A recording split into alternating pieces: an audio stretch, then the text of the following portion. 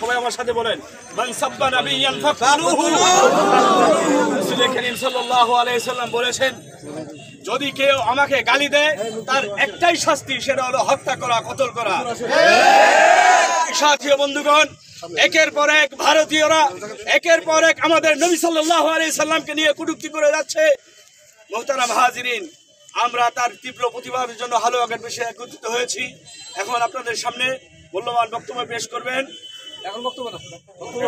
আমিলার সংগ্রামী সাধারণ সম্পাদক মুফতি নূর মোহাম্মদ।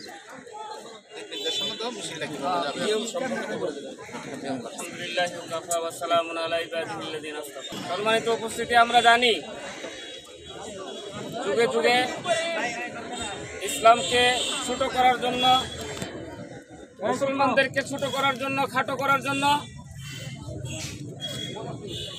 আমাদের এই বাংলাদেশ সহ ভারতবর্ষ বিভিন্ন সময়ে বিভিন্ন নাস্তিক মুরতাদরা রাসূল করিম সাল্লাল্লাহু আলাইহি ওয়াসাল্লাম সহ ইসলাম, কোরআন, হাদিস সহ বিভিন্ন রকমের তিরস্কারমূলক অপবাদ, বিভিন্ন রকমের কথাবার্তা ছড়িয়েছে।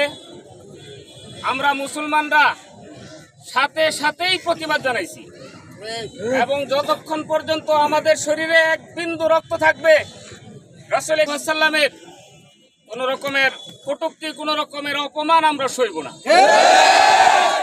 মুআজ্জাজ হাজিরিন, এখন আমরা মিছিলে যাব, বিক্ষোভ করব, এরপরে কথা হবে ইনশাআল্লাহ। নবী করিম সাল্লাল্লাহু আলাইহি ওয়াসাল্লামের সম্মান রক্ষার্থে এবং ওনার চরিত্রের উপর যে কলঙ্ক লেপন করেছে হিন্দু পুরোহিত, আমরা মুসলমান হিসেবে, দাবি হিসেবে, ইমানি হিসেবে, আমরা মুসলিম হিসেবে এটার প্রতিবাদের জন্য বিক্ষোভ করেছি। আমরা মিছিল সমবেত হয়েছি। আমরা সুশৃঙ্খলভাবে এখান থেকে শুরু করে একেবারে পুরাতন মার্কেট মসজিদ, কেন্দ্রীয় ঈদগাহ মসজিদে আমরা গিয়ে সেখানে সমাপ্ত ঘোষণা করব। সেখানে গিয়ে আমরা বক্তব্য রেখে দোয়ার মাধ্যমে ইনশাআল্লাহ আমাদের মিছিল সমাপ্ত করব ইনশাআল্লাহ।